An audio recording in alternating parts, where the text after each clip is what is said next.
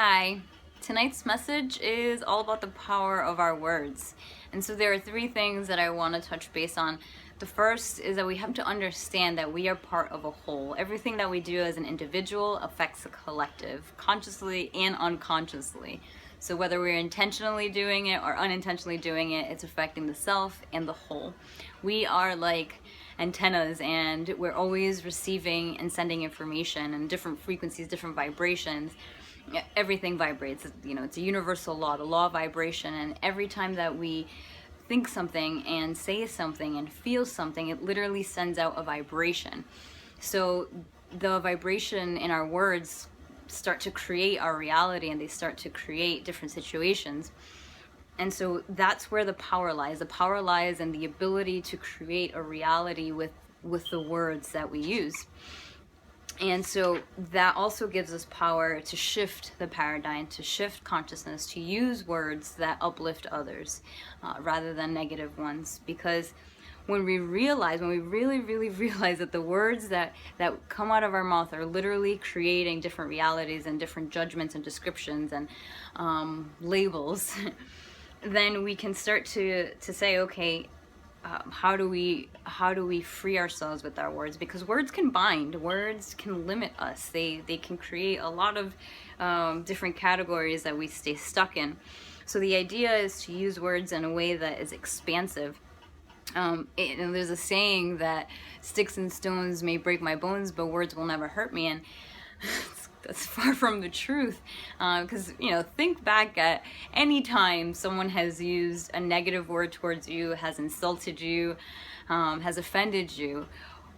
When did it not hurt? It either created an emotion of fear, of anger, of humiliation, embarrassment, shame, guilt, whatever negative emotion you felt. That's what negative words can do. Yet think of a time when someone encouraged you, or was enthusiastic or passionate or loving or caring and nurturing. Whatever words they used felt good and maybe made you feel at ease. So that's the power. And there's a study done by Dr. Emoto, and the gist of it is there were two different cups of water. One is prayed to and said different positive things to, like gratitude and love, even played like different symphonies by Beethoven. And then there's another cup of water that they spoke to the water in negative ways, and hatred and war. And so the Dr. Emoto, he froze the cup, and then when you look at the frozen water, the crystals, the ones that were, the cup that was with the prayer and the gratitude, froze into these beautiful snowflakes that, they're beautiful, wonderful.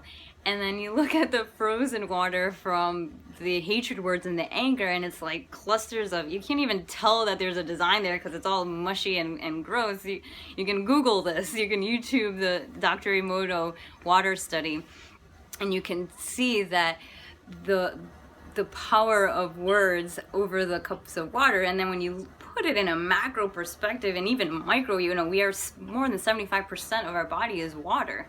So when we're constantly exchanging words, it's affecting us even down to ourselves, down to our core, down to the micro, just like it is affecting the macro. So yes, and then the last point is that knowing that we have the power, that we are part of the collective, are we using our words wisely? Are we choosing positive words? Are we choosing to direct ourselves towards others in a positive way?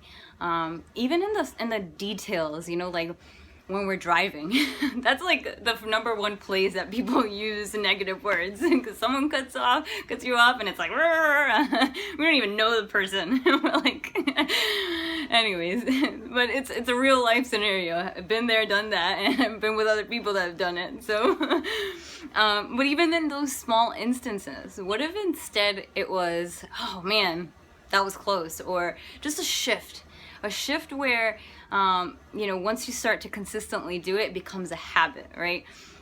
a shift in our daily, from when we wake up feeling gratitude and stating that we're grateful, to when we say hi to someone, you know, saying we feel amazing, I feel amazing. You know, a lot of people, oh, how you doing today? Oh, not bad. That could be better. You know, look at it right there. when someone uses those words to describe how they're feeling, that lets you know that what state they're in. So use your words wisely. Use them to uplift people, because words can really help also bring awareness and light to other people. They can heal. Just how they destroy, they can also heal. So yes, number one, understand that you're part of a whole. Whatever you do individually affects the collective. That includes your thoughts, words, emotions, and actions. And to realize that the words that we use create our reality. They can either bind us or they can free us. And then the third point is to choose the words wisely. Choose them from a place of love. Love, because it can only come from love or fear. So choose wisely. Choose love. Namaste.